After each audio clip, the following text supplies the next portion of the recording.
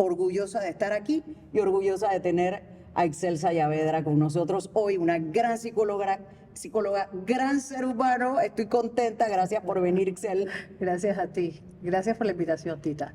Gracias, mira, Ixel es psicóloga y terapeuta familiar. Actualmente es profesora ad honorem y fue directora del colegio Isaac Rabin, un colegio muy bueno aquí en Panamá con una integración tremenda. Y hoy vamos a estar hablando sobre lo que nos atañe a nosotros, emociones, lenguaje no verbal y otras cosas que yo desconozco, porque por lo mismo, responsablemente en este salón de clases, traemos a los expertos y una experta es Ixel Sayavedra. Antes de empezar, recuerda usar este dedo para 3 cosas. Darle follow a la suscripción, que eso es gratis. Suscríbete, que eso es gratis. Comparte este contenido, que ojalá te guste, yo sé que te va a encantar. Y lo tercero, también dale a la campanita para que te avise YouTube cada vez que tenemos una clase nueva. Y obvio, dale like. Eso sí te lo voy a recibir. Bienvenida, Ixel. Muchísimas gracias. Tita. Mira, Ixel, ¿qué nivel de preparación reciben actualmente ustedes los psicólogos para interpretar o comprender el lenguaje no verbal en sus pacientes? No sé si se recibe de manera formal, porque no hay ningún curso que de manera formal te explique esto, pero los psicólogos aprendemos como a sentir la emoción del paciente, a mirar si hay incongruencia entre lo dicho y el rostro. Aprendemos qué porcentaje de la comunicación no verbal vemos cuando decimos algo, pero formalmente no se aprende. No se aprende. De manera formal como tú lo manejas y como lo manejan los especialistas en decodificación. Usualmente se trae una persona invitada que puede dar una clase de 3 horas y como mostrar algunos ejemplos, pero no está dentro de la currícula entiendo, ninguna universidad. De ninguna universidad. Entiendo. ¿Eso a qué se debe? Si esto es una ciencia. ¿Por qué? ¿Por qué será? Creo que los planes de estudio cambian con alguna periodicidad. Hay un sistema de acreditación que te obliga a modificar la currícula cada cierta cantidad de años, creo que 5 o 6, no estoy segura, en este momento. Y los últimos planes de estudio se cambiaron, puede ser que en el 20. Entonces, hasta que entra algo nuevo, que puede ser decodificación, que puede ser feminismo, que puede ser diversidad, que puede ser inclusión, que son temas vigentes, los sistemas van mucho más rápido que la academia. Muy bien. Mira, y desde tu experiencia, alguien que mueve los pies revela más de lo que notamos en la conversación. Sobre todo el tema de los pies, que para mí es muy importante. No es que para mí, es que la decodificación del cuerpo humano empieza por los pies. Repito la pregunta, desde tu experiencia, alguien que mueve los pies revela más de lo que notamos en una conversación, según tu experiencia? Puede ser una persona con ansiedad, puede ser una persona con ansiedad no medicada, puede ser una persona con un trastorno generalizado del desarrollo que necesitan movimiento para calmarse. Hay personas que necesitan movimiento para contenerse. Entonces, desde mi postura teórica no interpreto, pregunto. Y eso es importante. Y muchas veces cuando ves a alguien con Asperger o con autismo funcional o con un problema de este tipo, mover los pies es lo que los regula. Entonces no puede ser interpretado negativamente. Eso es lo que nosotros le llamamos contexto. Y para sacarlo o agregarlo en el contexto, lo que yo hago cuando veo eso, que yo no soy psicóloga, lo que hago es preguntar, hacer esta pregunta: ¿qué puedo hacer para hacerte sentir bien? ¿Te sientes cómodo? Eso, ahí la persona me puede decir: ay, es que estoy un poco ansioso o tengo frío. Cuando son personas que no son neurodivergentes o neurotípicas, que creo que es el término que se usa ahora. Neurotípica. Es el tipo de la persona que funciona regularmente. Neurodivergente es cualquiera que tiene un funcionamiento cerebral diferente.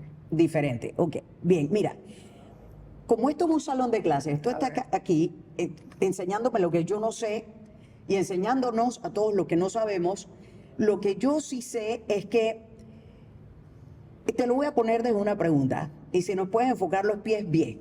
En tu consulta, cuando tú tienes una persona que llega con una depresión clínica o que está muy triste o que ha tenido unos intentos de desvivirse, por lo general estas personas ponen los dos pies sobre el piso, están sentados así. Usualmente no los vas a ver con los pies desafiando la gravedad.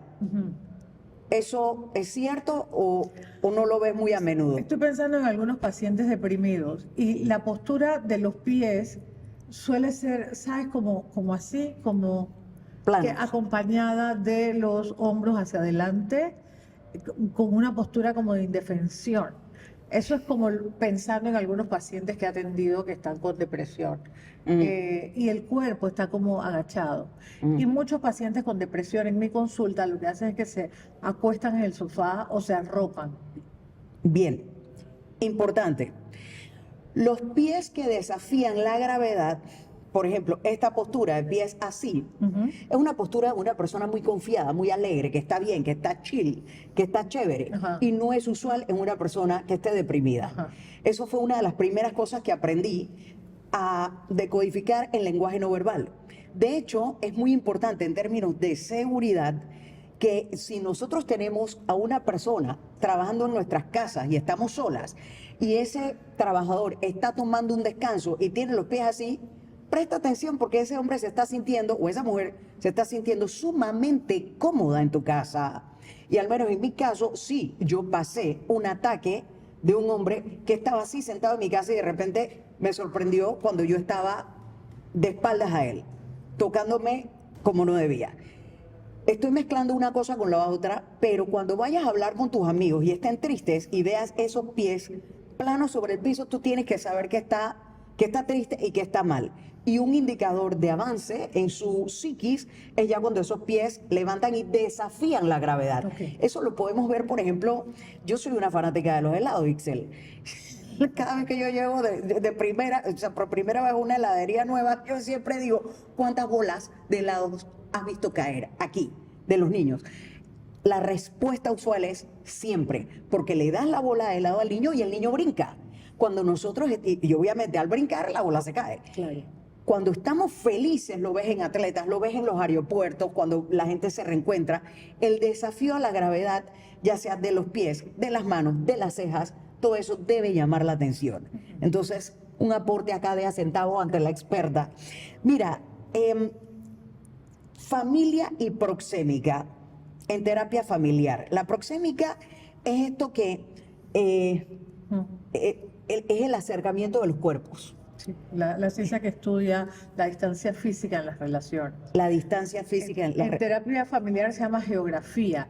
¿Quién está cerca de quién? ¿Quiénes están lejos? ¿Quiénes se miran? ¿Quiénes no? Porque eso te habla del vínculo, eso te habla del nivel de interacción, eso te habla de cercanía emocional.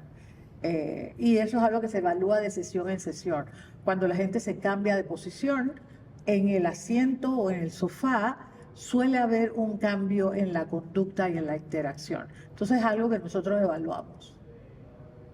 O sea, todo lo que tiene que estar evaluando un psicólogo al momento de tener una terapia familiar, y eso es apenas que pasa la puerta. Claro, de hecho lo usas como técnica. Tú le preguntas a una pareja que se sentó el esposo aquí, la esposa en el borde del sofá y tiene 3 hijos en el medio, tú le dices cómo se llevan. Usualmente te dicen que bien. Entonces tú retiras a los niños y le dices, por favor, tóquese las manos. Porque esa es la evidencia de que no es verdad. La gente que se lleva muy bien y está en pareja se sienta junta. Y los hijos van separados porque son parte de otro subsistema. Y es algo que se cuestiona, no que se interpreta. En terapia familiar no inferimos, siempre preguntamos. Importante para no tener sesgos, que es lo más importante, al menos dentro de mi rama. Lo que es más difícil es sacar tu lado personal. Es sacar, no sé cómo será en el tuyo, pero sacar mi lado personal es no juzgar, es mantenerme objetiva. Claro. O multiparcial, que es la palabra que nosotros usamos, porque ser objetivo es difícil. Por eso hay que ir a terapia, porque si tú no vas a terapia no logras saber qué es tuyo y qué es mío. ¿Sí? Y si tú no vas a terapia y una familia que llega se parece a la tuya, puede ser que tú termines haciendo el rol que tú hacías en tu casa y dejas de ser terapeuta. Entonces, todas esas cosas se evalúan. Interesante. Mira, en este tema de la proxémica, en las fotos familiares, que yo no analizo fotos, no hago eso, porque pueden ser fotos posadas, hay algo que me pasa con mi hermana mayor, que solamente observando las fotos de nosotras en diferentes tiempos, una foto de hace 10 años y una foto de hace 3 años y una foto actual, cuando ella cumplió años este año, en las 3 fotos al mismo tiempo salgo yo más pegada de ella que de mi otra hermana con la que hablo todo el tiempo. Al ver eso, con las dos hablo, nosotras somos 3 hermanas, yo soy la menor. ¿Y qué resulta? Me he dado cuenta yo que mi proxémica, o sea, mi aproximación natural, yo siempre me pego más a ella. Y es que tengo una afinidad inexplicable hacia mi hermana mayor. Ella fue para mí el norte, la que yo tenía que imitar. Somos un poco nerd, las dos. Tenemos casi los mismos gustos, el mismo patrón de comportamiento. Somos muy iguales. Entonces, observando esa foto, fue que yo me vine a dar cuenta, ahora entiendo. Ahora entiendo, que, en serio, es que era que yo la imitaba, yo quería ser como ella. Okay. Y eso fue lo que una fotografía me dio. Y es lo que también en algunas fotos familiares que no son posadas, es lo que yo puedo entender. ¿Cuál es el hermano que se lleva mejor? O si hay, por ejemplo, la V. En algunas fotos, y eso fue en una foto de una pareja potencialmente presidenciable, las caderas estaban, es lo que se llama la V, o sea, las caderas están aquí, pero el resto del cuerpo muy separado. Eso es algo que también veo cuando hay aproximación de parejas. Como decimos nosotros, el abrazo siempre empieza por los pies. Entonces, sí, puede ser que la cadera esté cerca, pero si hay una retracción del torso hacia atrás o lateral, ahí hay un problema. Okay. Ahí hay un problema.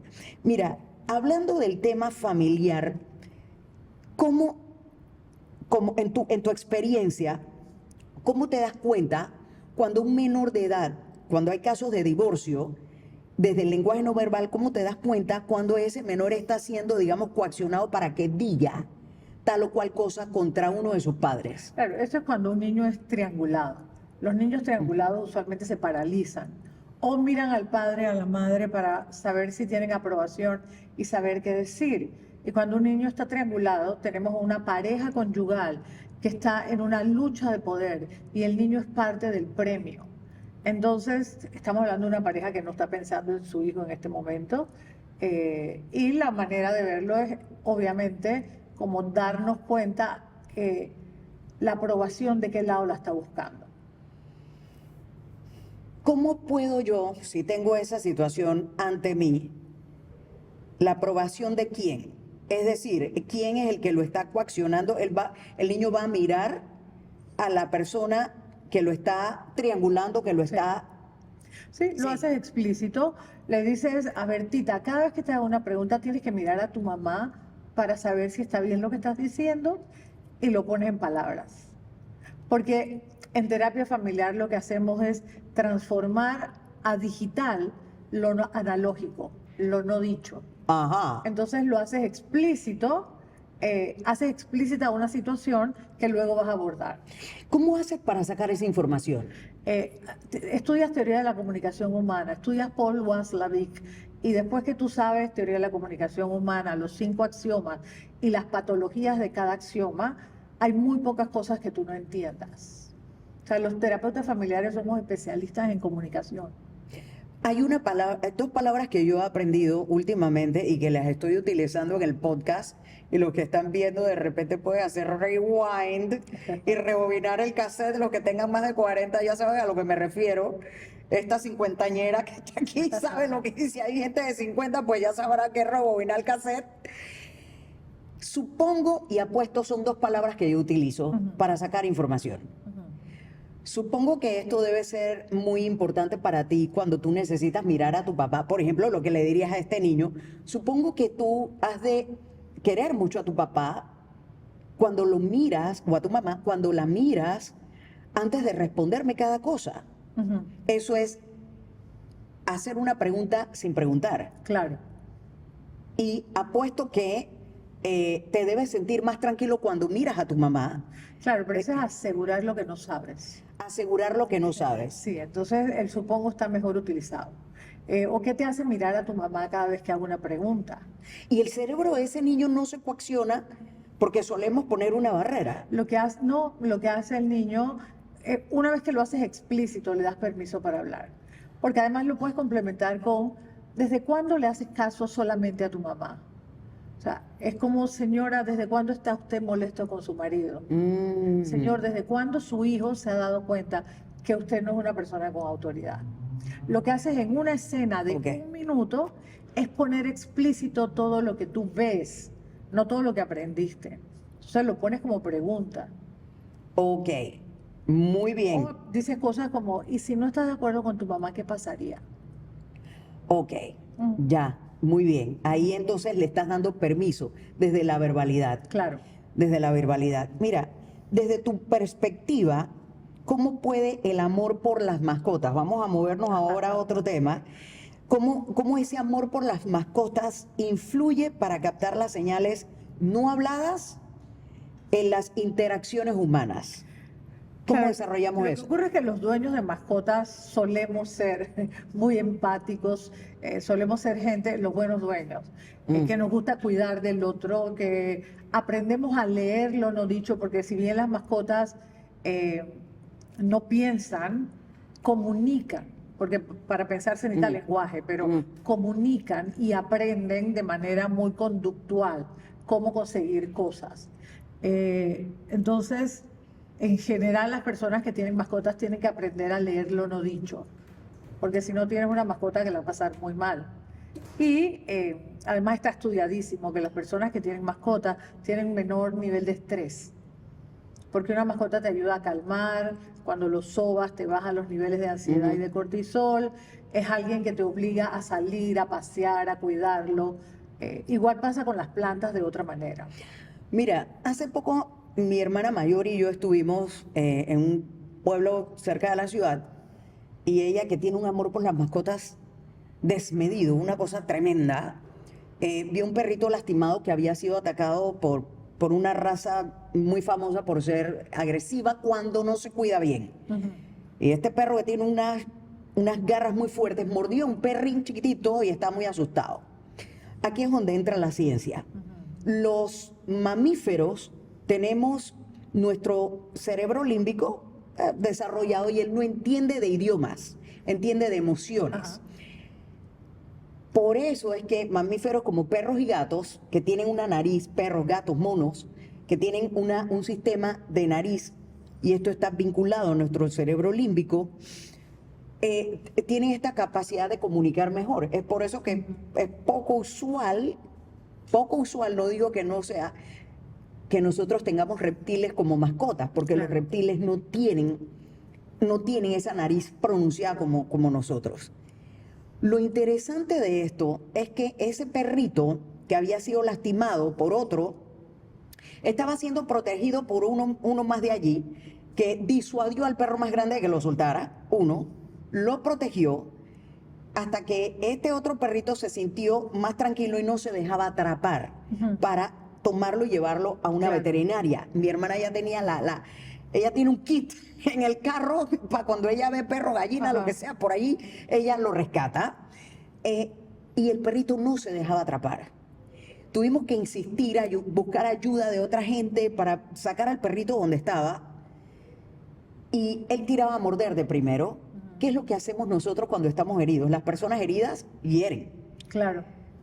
Las Eh, personas heridas están a la defensiva. como un perrito lastimado. Están hipervigilantes, tienen altos niveles de cortisol, porque lo que hace es tratar de evitar que te retraumaticen. A las personas que han sufrido trauma y que están heridas, están todo el tiempo pensando, es como si estuvieras mirando así para ver por dónde va el golpe. Estás todo el tiempo en tensión y en cortisol. Y aquí estoy aprovechando tu respuesta, porque lo que yo recibo en mi DM con más frecuencia es cómo hago desde el lenguaje no verbal para lidiar con mi jefe o con mi jefa que es agresivo. El tema de la agresión laboral se está cada vez normalizando. No debería ser, pero hay empresas que funcionan así.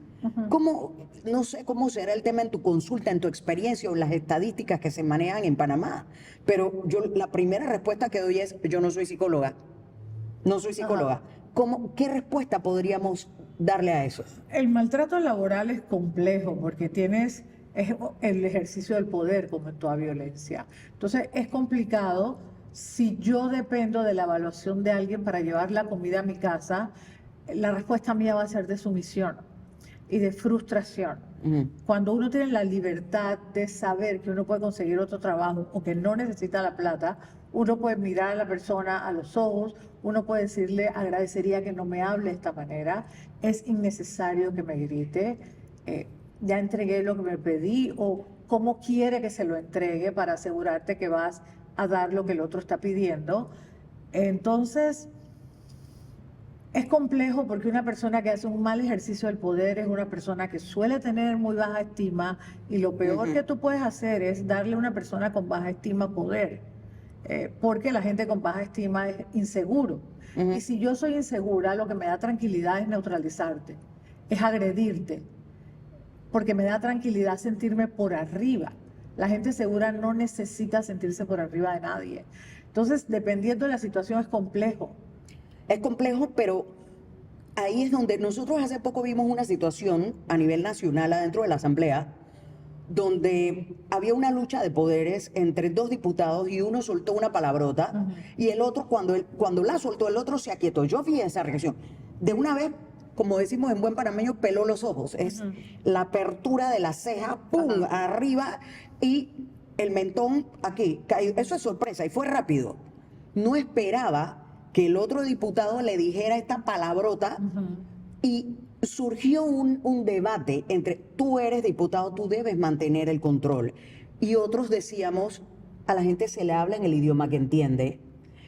Lamentablemente, y esto me ha pasado y me enteré hace poco, en donde una situación laboral decantó en una renuncia de una empleada nueva en una empresa y a las finales, pues el marido de esta ex empleada esperó al ex jefe y le licuó la cara a golpes.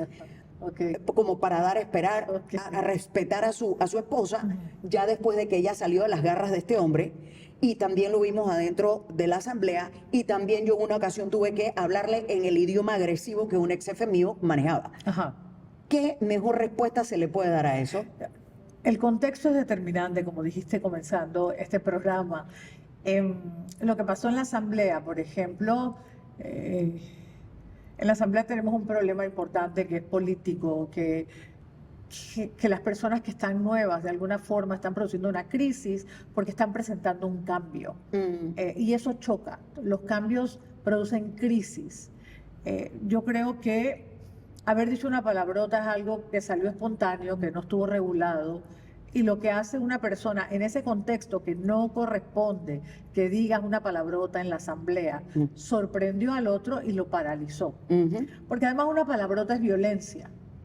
Y lo lamentable de la violencia es que paraliza y funciona para quien es violento.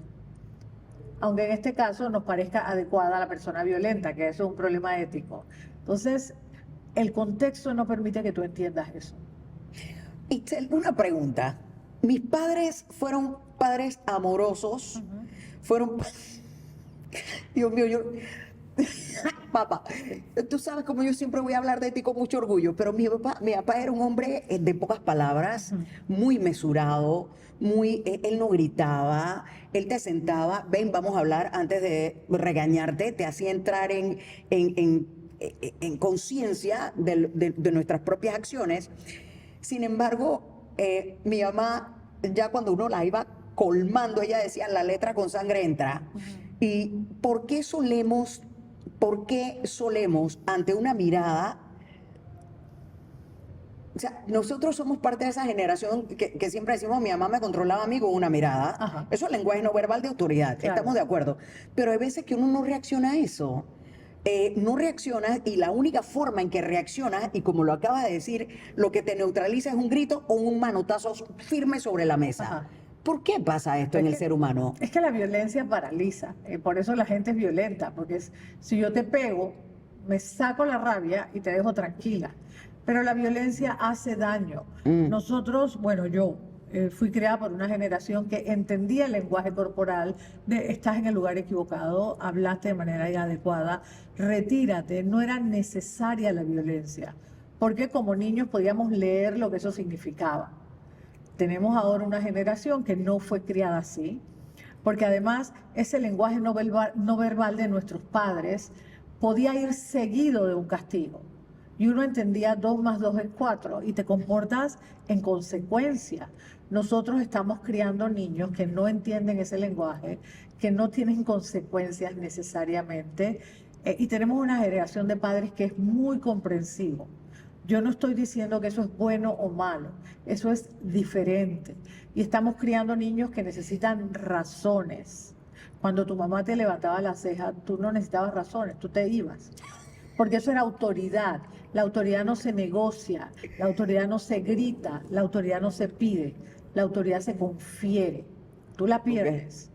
Pero los padres deberían tener autoridad como parte de su rol. Por alguna razón han ido cediendo autoridad para... Sí. Tienen mucho miedo de dejar de ser queridos y eso es generacional y eso da como para un programa de 4 horas. Yo no estoy diciendo que es bueno o malo, es diferente. Lo veo, no tanto en mis sobrinos, los 2 sobrinos mayores, sino en la forma del más pequeño, que es la luz de mis ojos, mi ahijado. Sin embargo, me puedo atrever a decir que el cambio que hizo mi comadre con él fue determinante y lo metió a jugar fútbol y ahí ella se apoya en el coach de él para que entienda, tú tienes que compartir, porque es hijo único de la madre, tienes que compartir, tienes que seguir las reglas, tienes que dejar de ser tú y me siento muy orgullosa de los cambios que mi ahijado ha tenido. Es bastante maduro ahorita, es un kid que estoy muy orgullosa de él en ese sentido, pero sí lo vi, tú lo sabes, sí lo vi. Mira, volviendo al tema de las diferencias entre niños y adultos, eso se pierde. Pregunto, ¿hay diferencias entre niños y adultos cuando manifiestan sus emociones mediante el lenguaje no verbal o eso se pierde? Cuando eres niño no entiendes de emociones y no te lo explican.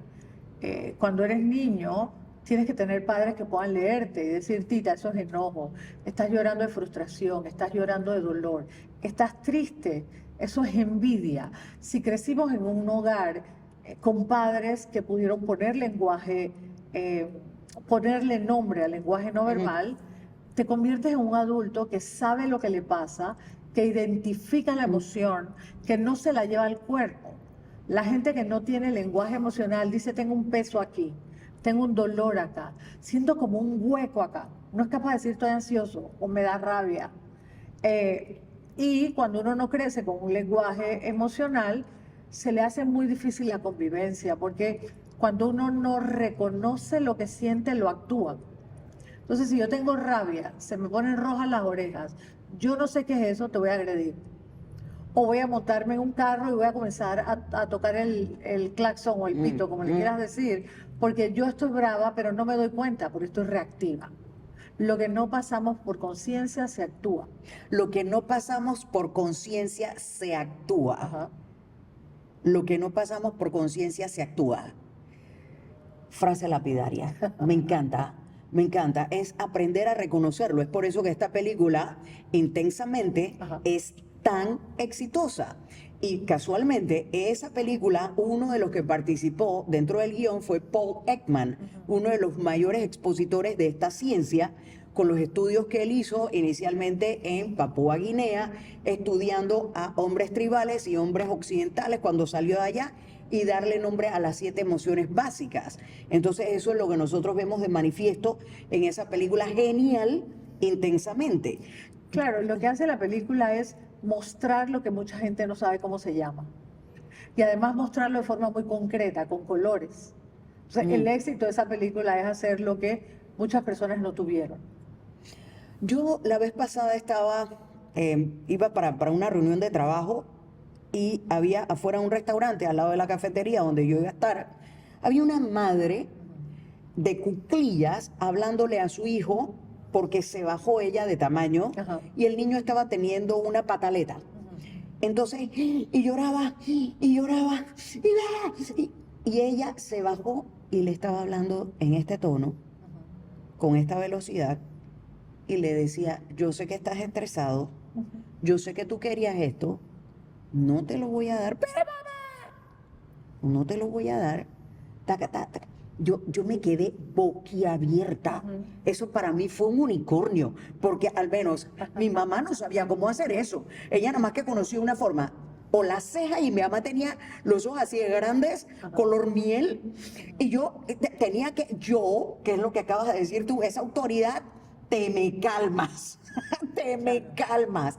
Pero ahorita eso, algunos padres educados en emociones, sí lo están haciendo, ya es algo que a mí me encanta ver, me encanta ver. Claro, lo que ocurre es que tenemos una generación de padres con mucho conocimiento. Yo siempre digo que la paternidad y la maternidad pasaron a ser algo muy como estudiado, algo muy aprendido, dejaron de ser como un acto natural. Si el niño es fuego, la mamá tiene que ser agua. Es la única manera de calmarlo, es la única manera de calmarlo. Y esta señora estaba haciendo lo correcto, estaba conteniendo una furia sin reaccionar. Si ella no supiera que esto le molesta, le habría metido un grito. Claro, además de que veo que hay padres que sí agarran un libro y empiezan a estudiar, ok, la zona prefrontal del cerebro, esto y lo otro. Yo tengo una sobrina que está embarazada ahorita. El niño, mi sobrino Liam, que tiene 3 años, ya pidió más libros. Digo, yo quiero libros. Para Navidad, dile a Santa que me traiga. No pidió juguetes. Entonces, estos dos padres sí estudian qué es una pataleta, cómo lo vamos a manejar. Se preparan más para eso. Y eso como tía abuela segunda, a mí me tiene muy contenta. Mira, en el conflicto familiar y el lenguaje no verbal, ¿cómo ayudas a estos padres que no tienen idea de sus emociones a controlar el tono y velocidad de la voz cuando le hablan a sus hijos? ¿Cómo Haces lo que hace, eso? haces lo que hace una madre, vas poniendo palabras. A mucha gente va a terapia y mi trabajo es hacer lo que alguien no hizo. Es ayudarlo a identificar la emoción, cómo la siente en el cuerpo, cómo se llama, cuál es la diferencia. Hay gente que llora por todo, como diferenciar, esto es un llanto de dolor, esto es un llanto de frustración, esto es un llanto de rabia. Por ejemplo, uno le puede decir al niño, no, este es un llanto de hambre, tienes hambre, di mamá comida, no hay que llorar para pedir comida. Y uno va haciendo un trabajo diferenciador. Parte de mi trabajo es hacer eso, ponerle nombre a lo que no tuvo. A lo que no tuvo a un adulto. Por supuesto. ¿Qué tiempo toma eso, Excel? Depende del nivel de conciencia, de la capacidad de la persona de tenerlo presente. Por ejemplo, yo tengo una paciente que acabo de atender divina. Ahora cada vez que alguien le pide algo, ella dice, ¿por qué lo voy a hacer? Okay. Porque usualmente es alguien que necesitó ser necesitada y quiere salir de ahí.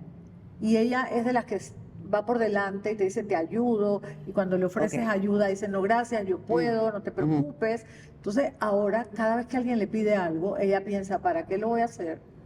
Y está comenzando a decir, no quiero. Muy bien. Se está sintiendo muy bien y dándose cuenta que no pasa nada, además de todo. Muy bien. El tema de los límites, ¿no? Claro, que son un acto de amor propio, los límites. Los límites no son para el otro, son para ti. Yo creo en eso, total y completamente creo en eso. ¿Cuáles son las emociones más difíciles de ocultar, en tu experiencia? Depende, porque somos criados en casas donde hay reglas invisibles que te dicen qué emociones puedes expresar y qué no. Hay familias donde no puedes expresar el dolor o la rabia o te tienes que tragar la tristeza. Entonces, depende un poco de las reglas no dichas de nuestro sistema. Yo creo que el dolor, el enojo, es difícil de ocultar, porque yo puedo evitar la expresión de la rabia, pero la cara se me va a ver. Eh, Como digo uno aquí, Ajá. mi rostro tiene subtítulos. Claro, claro. Y hay gente que es muy expresiva, pero hay gente que no. Por ejemplo, yo soy muy poco expresiva porque yo aprendí a ser más bien neutral por mi trabajo.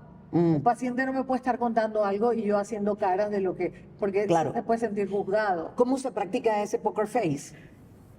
No sé si es póker, no sé si es póker. Pero, esa neutralidad, ¿cómo la claro, porque practicas? estás consciente todo el tiempo de qué estás sintiendo en tu cuerpo. O sea, y tú sientes en el cuerpo, tú sabes, esto es muy triste, te puedes hacer para adelante para que la persona se sienta acompañada. Y esto es porque honestamente lo sentimos. Esto no es postura. Si es postura, tú te darías cuenta enseguida, te paras y no regresas. Entonces, es como si yo sé lo que siento, puedo no actuarlo. Solamente puedo no actuarlo si yo sé, esto me da mucho dolor. ¿Te cruzas de piernas o te cruzas de manos? Yo siempre me siento así. Eso es. Yo soy alguien que se sienta así o que se sienta con una pierna por debajo bastante no seriamente. Bastante no serio, o sea. A mí me gusta trabajar cómoda, mi silla es de este ancho. Muy bien. Porque yo estoy ahí y tengo que estar cómoda. Claro que sí. Ajá.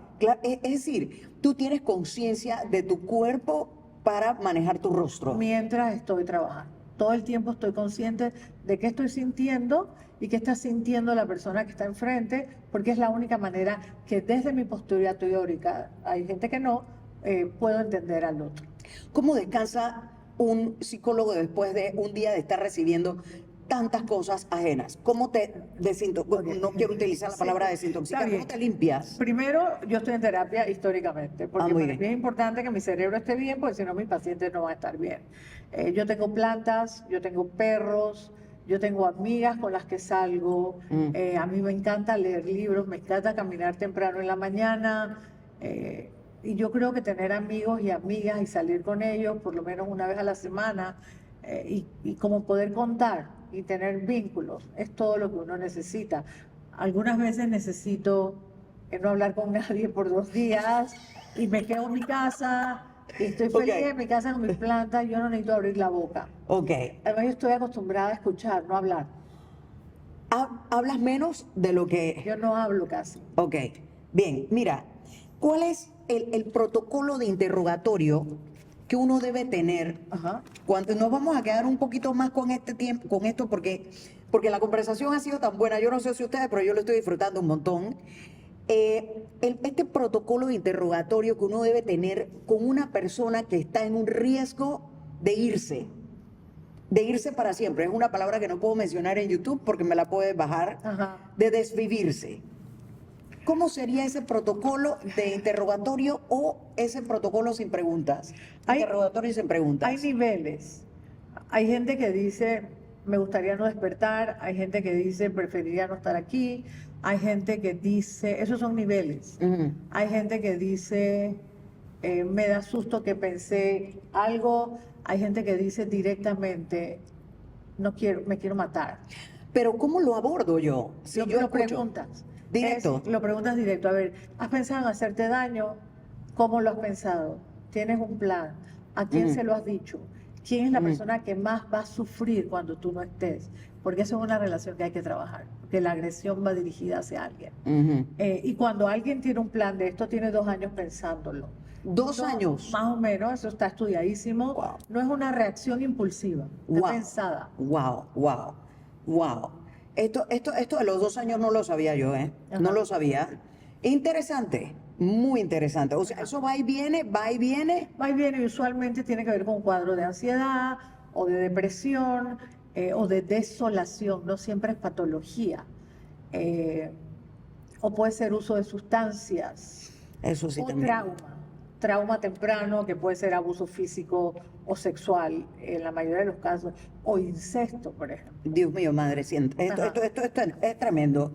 Mira, yo me pongo en el lugar de un psiquiatra o de un psicólogo que ha tenido a un paciente que ha pasado por esta situación y salvó su vida o lo salvaron.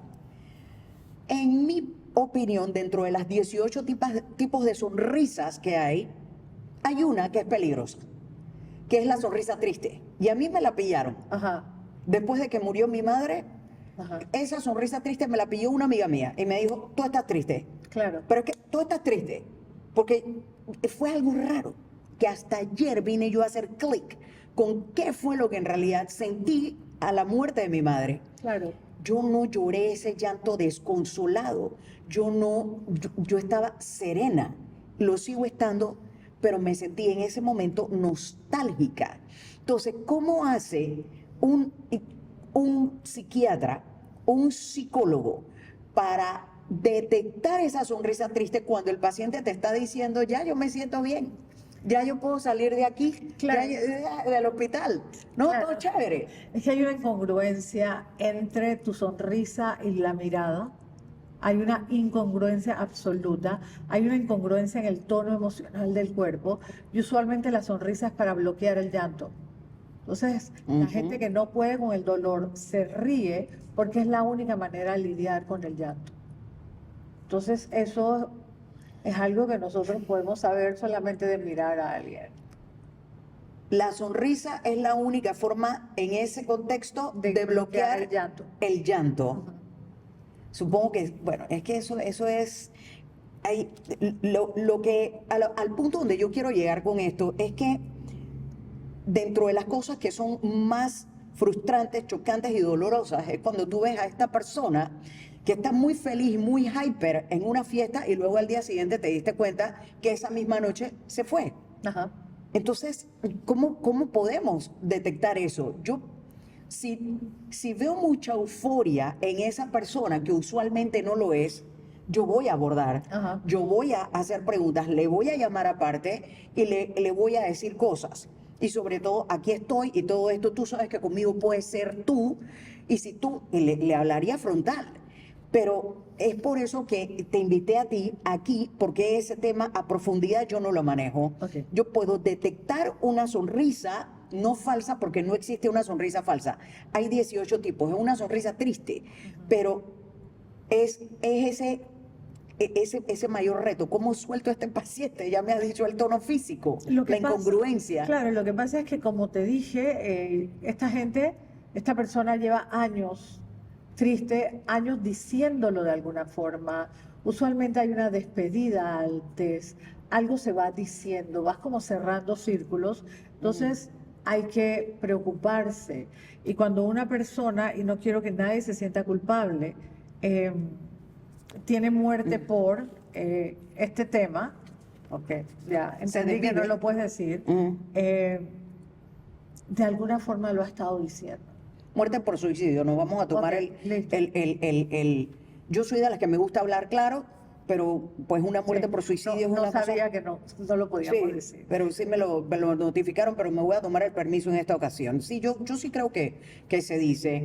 Mira, las pausas en los silencios, ¿cómo los enseñas en una persona y cómo lo enseñas con tus pacientes? Estas pausas y silencios para que una persona se pueda regular. En mi caso, yo lo he tenido que practicar a través de mi deporte, porque soy mentalmente muy activa. Hablo mucho, hablo rápido, pienso rápido. Pero en mi deporte y en el otro vicio que tengo ahorita, que son el Scrabble, eso exige que yo esté Ajá. en silencio, exige que mis movimientos sean más calmados.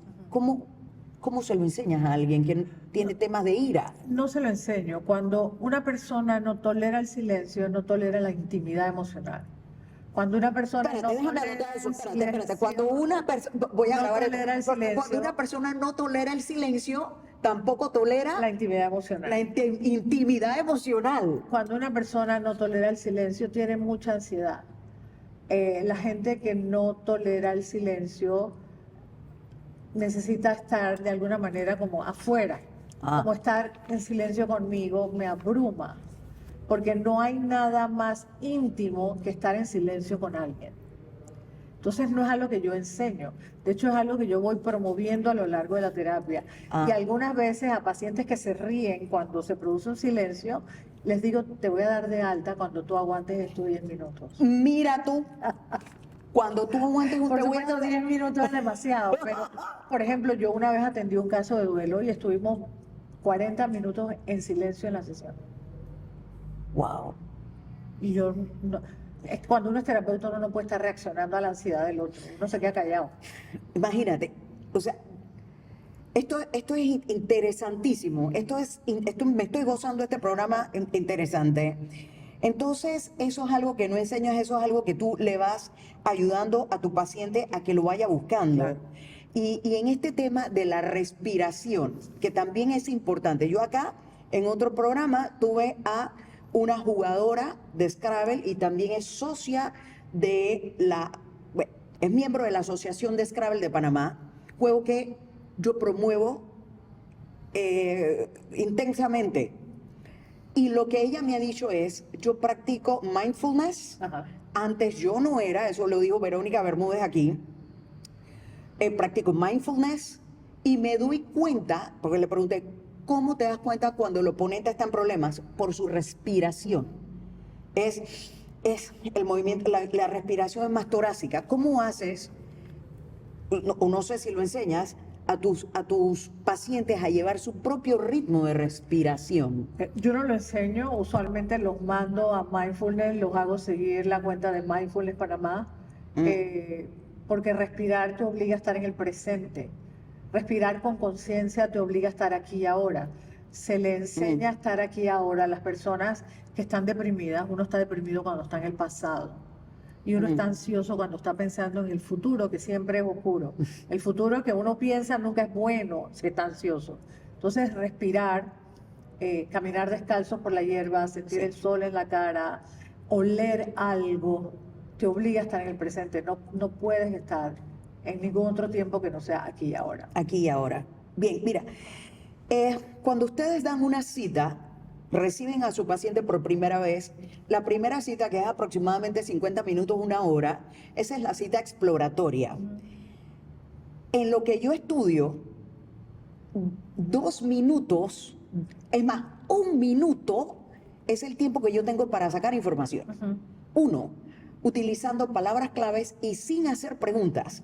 Ajá. Entonces, es más, y 6 minutos es el peor de todos los escenarios. ¿Cómo hacen ustedes? O sea, las técnicas que conjugas entre lo no verbal y lo verbal, Ajá. para sacar lo más que puedas y conocer a tu paciente. ¿Esta pregunta te incomoda un poco o No, te pone, para nada. te pone nerviosa? Estoy como si- organizando la respuesta. A la respuesta, Primero, ok. mi especialidad es teoría de la comunicación humana. Todo lo que hacemos comunica. La no comunicación no existe porque comunicación y conducta son sinónimos. Entonces, cuando alguien entra al consultorio, lo que tú te pones, cómo caminas, si me das o no la mano, si miras para arriba o para abajo, eso es un segundo. Y yo trabajo con interacción. Cuando alguien entra al consultorio, la interacción que tienen entre los hijos, entre la pareja, yo la puedo parar y antes de preguntarles quiénes son, puedo preguntar, ¿esto pasa con frecuencia? ¿Qué significa para ustedes? Entonces, y yo no infiero, yo no interpreto, yo siempre pregunto. Desde mi esquema, si yo fuera psicoanalista, interpretaría y es absolutamente lícito. Entonces, la no comunicación no existe, todo lo que hacemos comunica y yo me paro ahí. Muy bien, mira, nosotros como estudiosos del lenguaje no verbal,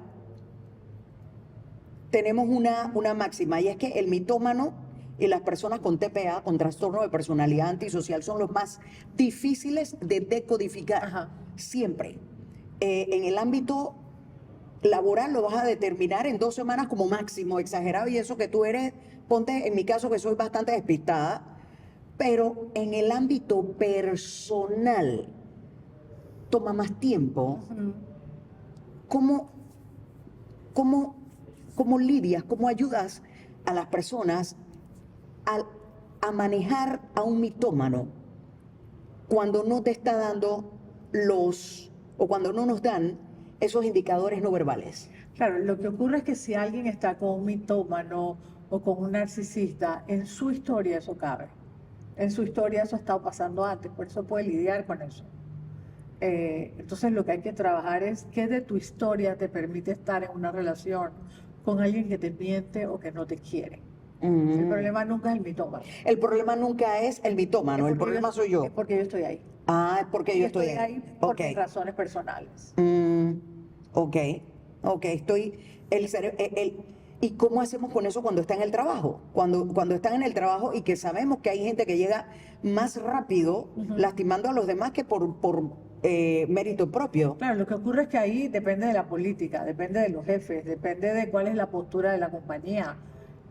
Básicamente, depende de la gente de recursos humanos. Y no hay nada que yo pueda hacer. Si yo trabajo con un psicópata o con un sociópata, lo que tengo que hacer es saberlo y anticiparme para cuidarme a mí y no estar esperando lo que nunca voy a recibir. No estés esperando reconocimiento o validación o aprobación de alguien que no es capaz de darlo. Entonces, Ok. como, ¿qué puedo esperar para cuidarme? Muy bien. ¿Qué puedo esperar para cuidarme? He estado disfrutando mucho esta entrevista, Ixchel, un montón de gracias. A ti. Mira, con todo lo que tú has logrado en tu vida, que eres una profesora que te admiran, que te quieren. Yo escucho a Mariana Plata, yo sé que ella fue estudiante tuya, Ajá. y yo creo que se debe sentir muy lindo que tus estudiantes, otra gran amiga mía, Teresa, mi gran amiga mía es una psicóloga que ha sido y es mi hermana y ha sido un pilar mío en mis peores momentos. Fue estudiante tuya. Ajá. Yo veo tus interacciones en redes sociales, veo los logros que has tenido. Si tú, yo no sé si tu mamá te lo dijo, pero si tú tuvieras que mirarte al espejo y ponerte una cara, ¿cuál fuera esa cara? De felicidad. Esa Porque- risa que acabas de sacar Claro, ahorita. porque este es un país muy chiquito y es muy fácil llegar arriba y no me estoy quitando mérito. Como tiene que ser. A mí me encanta la educación y mis estudiantes saben que yo los quiero y que yo los valoro y que yo los respeto. Y en el vínculo es que está muy fuerte, en mi capacidad de vincular. Y cuando yo vinculo, aprendo. Si alguien no vincula, no va a aprender. Va a memorizar y a teorizar, pero no va a aprender. Coincido. Vincularse. Me quedo con eso.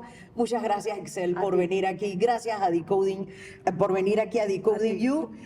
Y los esperamos en la próxima lección del próximo capítulo. Gracias.